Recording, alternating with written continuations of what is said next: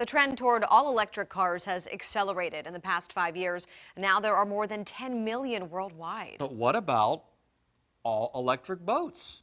Investigative reporter Chris Horn climbed aboard one from a Swedish company that plans to establish itself in Hampton Roads. Wave of the future is one way to signal what's about to happen on area waters. For recreational boating, it's a sea change with an eye toward climate change. How does 0 to 20 knots in just over 4 seconds sound? It's been called the Tesla of the sea. Innovation. There's no sound, there's no fumes, and there's no vibration. Conservation. Sustainability is a pillar of the company. And, oh yeah, acceleration. 3, 2, 1. We were running at 30 knots across Broad Bay in this X Shore Eelex 8000. Company rep Mike Provost says it's much faster than previous electric boats. Typical models that folks are familiar with, their top end is 5 knots. This boat can go over 30 knots. But speed is just skimming the surface of the boat's features. If you look down, you'll see these rails. Everything rides on these rails, so you can take the benches and you can flip them the opposite direction. You can face them aft if you want. You can take the table and put it down into a daybed. You can remove the table completely. X Shore builds them in Sweden. So it's built for Scandinavian waters, which are notoriously choppy and cold, which, frankly, is not that dissimilar from the Chesapeake Bay in the winter. Hampton Roads will be the regional sales hub. The ideal boater, someone who's environmentally conscious. If you look at the deck and the gunrail, this is all sustainable cork. And wants to deep six the maintenance of a gas engine. Obviously fuel expenses, but you have fuel filter changes, oil changes, routine hourly maintenance and things you have to keep up with.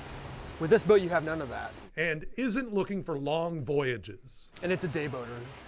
If you want to go out to the canyon and do some deep sea offshore fishing, this is not really a great boat for you.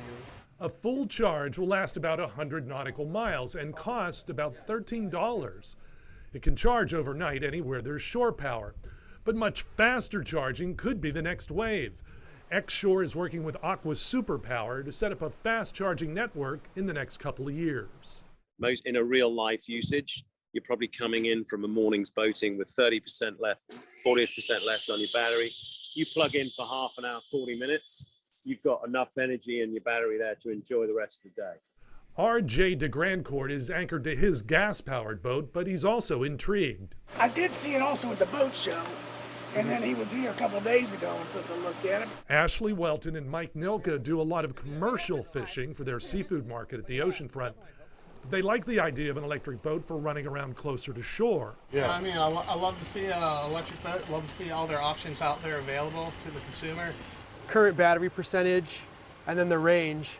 With its emphasis on tech and sustainability, it's no wonder that some have called the X Shore the Tesla of the sea. Sure did look like it. That was a good-looking boat. Nice really. Do you think you'd ever consider an electric boat?